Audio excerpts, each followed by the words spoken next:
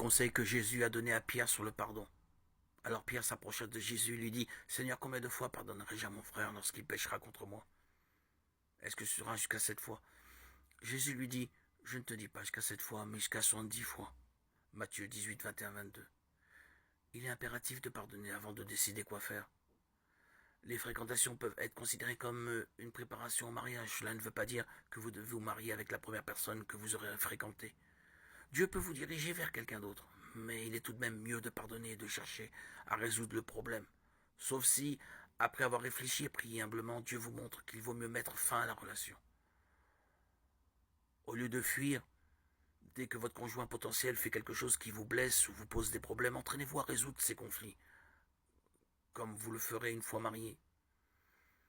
Il y a une excellente raison d'envisager de rompre avec son petit ou ami ou sa petite amie.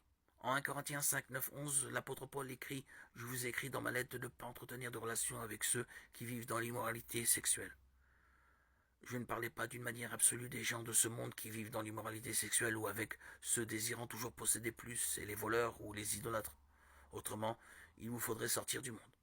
En fait, ce que je vous ai écrit, c'est de ne pas entretenir de relation avec quelqu'un qui, tout en se disant votre frère, vit dans l'immoralité sexuelle et est toujours désireux de posséder plus. Idolâtre, calomniateur, ivrogne ou voleur, de ne pas même manger avec un tel homme. Si votre petite amie, vit dans un de ces péchés, l'apôtre Paul dit que vous devez mettre fin à la relation.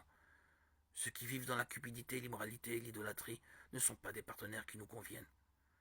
Les circonstances varient en fonction de chaque situation. Il est toujours difficile de savoir quoi faire. Il est clair que Dieu veut nous manifester son pardon, quelle que soit la situation.